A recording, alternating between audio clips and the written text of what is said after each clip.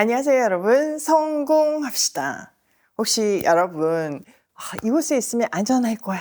저곳으로 피하면 안전할 거야. 라고 믿었는데 그게 완전히 무너져 본 적 있으신가요? 나를 지탱해주던 떡, 경제력, 건강, 관계, 이게 완전 바닥이 나고 빈손으로 남겨진 것 같은 두려움을 느낀 적은 없으신가요? 오늘부터 우리는요, 사사기의 어두운 터널을 지나서 희망의 책 룻기를 엽니다. 룻기는 떡집에서 떡이 떨어지고 모든 것이 텅 비어버린 것 같은 한 가정의 비극으로 시작해요. 하지만 너무나 놀랍게도 하나님이 이 텅 빈 자리, 실패한 그 자리에서 하나님의 헤세드, 구원의 역사를 시작하세요. 자, 그 희망의 책 룻기 안으로 들어가 보도록 할게요. 1절, 사사시대에 그 땅에 기근이 든 일이 있었다. 그때 유다 베들레헴 태생의 한 남자가 모압 지방으로 가서 임시로 살려고 아내와 두 아들을 데리고 길을 떠났다. 그 남자의 이름은 엘리멜렉이고 아내의 이름은 나오미이며 두 아들의 이름은 말론과 기럧이다. 그들은 유다 베들레헴 태생으로서 에브락 가문 사람인데 모압 지방으로 건너가 거기에서 살았다. 자, 우선 시대는 사사시대라고 분명히 밝히고 있죠.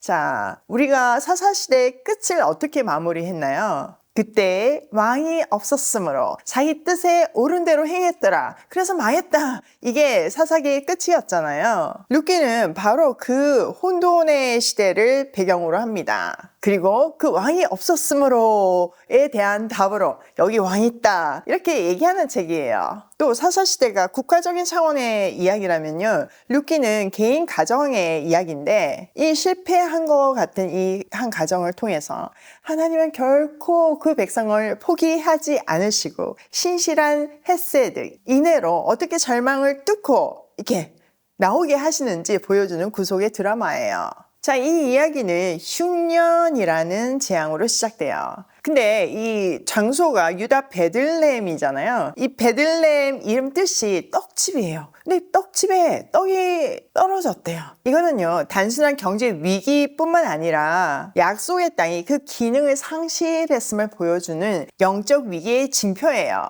그리고 떡, 누군가요? 네, 맞아요. 예수님이 자기를 산 떡이라고 하셨잖아요. 그러니까 하나님이 떠난 그 이스라엘의 영적인 상태를 보여주는 거죠. 이 위기에서 이 가정의 가정인 엘리멜렉이 결단을 내리는데요. 이 엘리멜렉이라는 이름의 뜻은 나의 하나님은 왕이시다 라는 뜻이에요. 그런데 이 왕이신 하나님께 묻지도 않고 하나님 뜻대로 살 생각도 안 하고 자기 소견에 오른 대로 떡을 찾아서 언약의 땅을 떠납니다. 그가 향한 곳은 이스라엘의 영적 적대국이었던 모압이었어요. 물론 그는 잠시 머물 생각이었지만 결국 그곳에 주저앉고 말죠. 생존을 위한 합리적인 선택처럼 보였지만 실상은 믿음의 자리를 이탈한 영적인 타협이었어요. 자, 3절. 그러다가 나오미의 남편 엘리멜렉이 죽고 나오미와 두 아들만 남았다. 두 아들은 다 모압 여자를 아내로 맞이하였는데 한 여자의 이름은 룻이고 또 한 여자의 이름은 오르바였다. 그들은 거기서 10년쯤 살았다. 그러다가 아들 말론과 기럧이 죽으니 나오미는 남편에 이어 두 아들마저 잃고 홀로 남았다. 근데 그 합리적인 선택이라고 생각한 그 모압 땅에서 그들을 기다린 것은요, 풍요가 아니라 죽음이었어요. 먼저 가장인 엘리멜렉이 죽고 나중에 이어서 두 아들마저 죽죠. 이 두 아들은요, 이방 여인과 결혼을 했었는데요, 한 10년 살다가 죽고 맙니다. 여기서 이방 여인하고 결혼했다는 거는요, 그들이 율법을 어기고 모압에 동화되려고 했으나 그 문화 속에 완전히 들어가서 정착하려고 했으나 남은 것은 죽음뿐이었다는 것을 말해주고 있죠. 결국 나오미는 홀로 남죠. 여러분 생각해 보세요. 그 당시는 그 남자가 없는 그 삶은 있을 수가 없는 거였어요. 남자가 모든 경제 활동을 했기 때문에 사회적 울타리였는데 그게 사라져 버린 거죠. 그대로 텅 빈 상태가 된 거예요. 근데요, 여기 하나님의 반전이 있죠. 하나님은 때로 우리를 텅 비게 하세요. 그렇게 함으로써 오직 하나님만으로 채울 수 있는 공간을 만드시죠. 그러니까 이 나오미의 철저한 비어있음은 역설적으로는 하나님의 은혜가 가득 채워질 그 그릇이 되었다는 의미예요. 이런 성경의 원리를 보면요, 우리가 가질 때는 가진 대로, 또 모든 것이 잃어버릴 때는 잃어버린 대로 하나님을 즐거워하면서 그 영광을 올려드릴 수 있고 기대할 수 있는 거죠.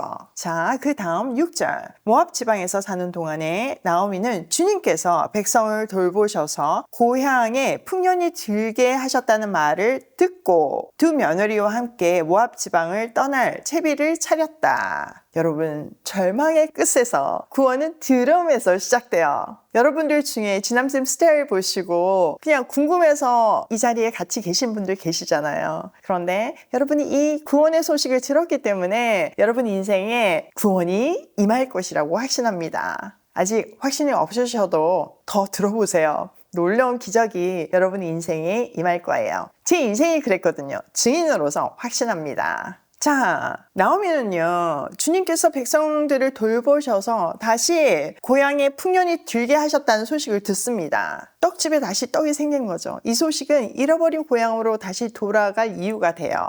자, 7절. 나오미가 살던 곳을 떠날 때 두 며느리도 함께 떠났다. 그들은 유다 땅으로 돌아가려고 길을 나섰다. 길을 가다가 나오미가 두 며느리에게 말하였다. 너희는 제각기 친정으로 돌아가거라. 너희가 죽은 너희의 남편들과 나를 한결같이 사랑하여 주었으니 주님께서도 너희에게 그렇게 해주시기를 빈다. 너희가 각각 새 남편을 만나 행복한 가정을 이루도록 주님께서 돌보아 주시기를 바란다. 나오미가 작별하려고 그들에게 입을 맞추니 며느리들이 큰 소리를 울면서 말하였다. 아닙니다. 우리도 어머님과 함께 어머님의 결례에게로 돌아가겠습니다.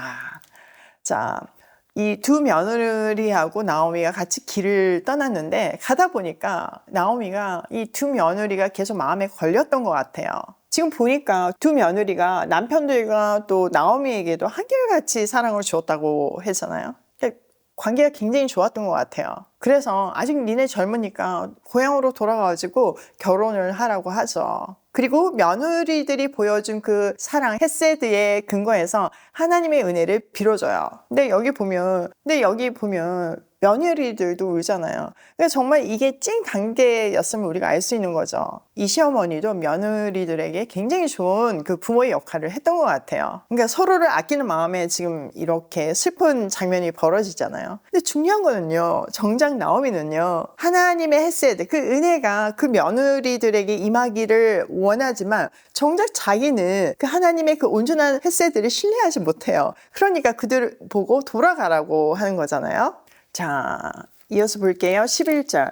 그러나 나오미는 말렸다. 돌아가다오 내 딸들아. 어찌하여 나와 함께 가려고 하느냐. 아직 내 뱃속에 아들들이 들어있어서 그것들이 너희 남편이라도 될 수 있다는 말이냐. 돌아가다오 내 딸들아. 제발 돌아가거라. 재혼을 하기에는 내가 너무 늙었다. 설령 나에게 어떤 희망이 있다거나 오늘 밤 내가 남편을 맞아들여 아들들을 낳게 된다거나 하더라도 너희가 그것들이 클 때까지 기다릴 셈이냐. 그때까지 재혼도 하지 않고 홀로들 지내겠다는 말이냐.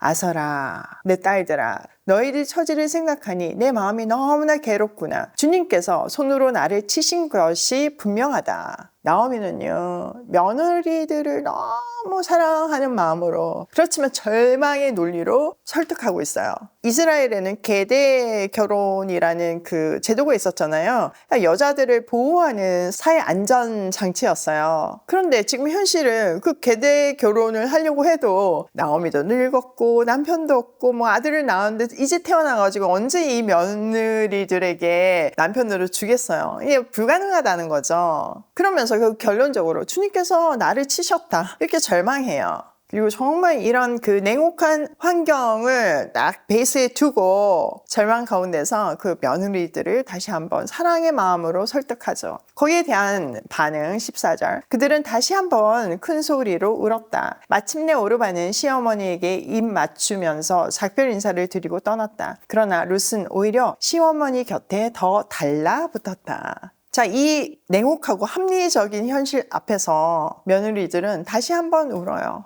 정말 사랑했던 관계인 거를 확인할 수 있죠. 그러나 마침내 오르바는 떠나기로 결정해요. 근데 그녀의 선택을 생각해보면 비난받을 만하지 않죠. 인간적으로 지극히 합리적인 선택이었어요.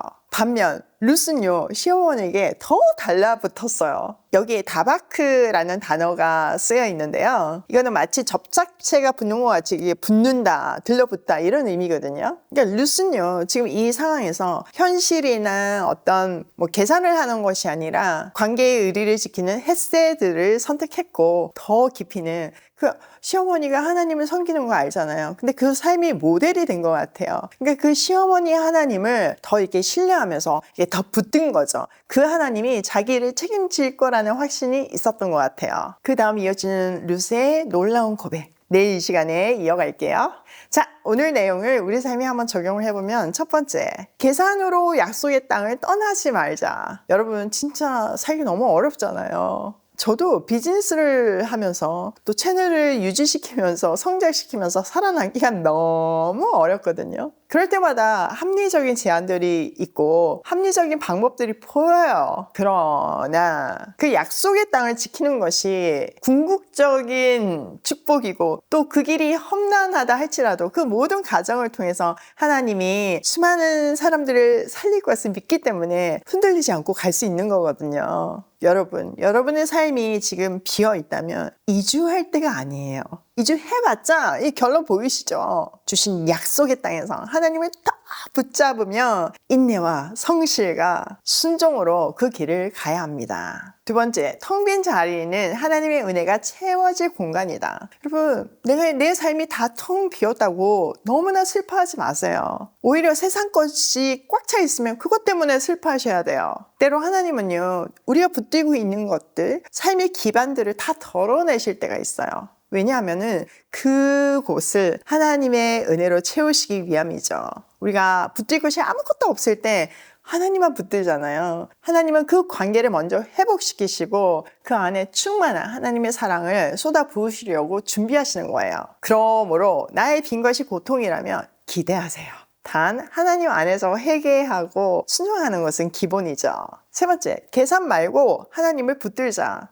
여러분, 우리 머리 아무리 굴려봐도 하나님 머리 못 따라가잖아요. 하나님은요, 우리의 미래를 완벽하게 계획해 놓으셨어요. 그리고 하나님은 악인이 아니잖아요. 선하신 분이시잖아요. 그 하나님의 선하신 계획을 붙들고 계산하지 말고 죽는 그날까지 순종하는 우리 오이 패밀리들 되기로 해요.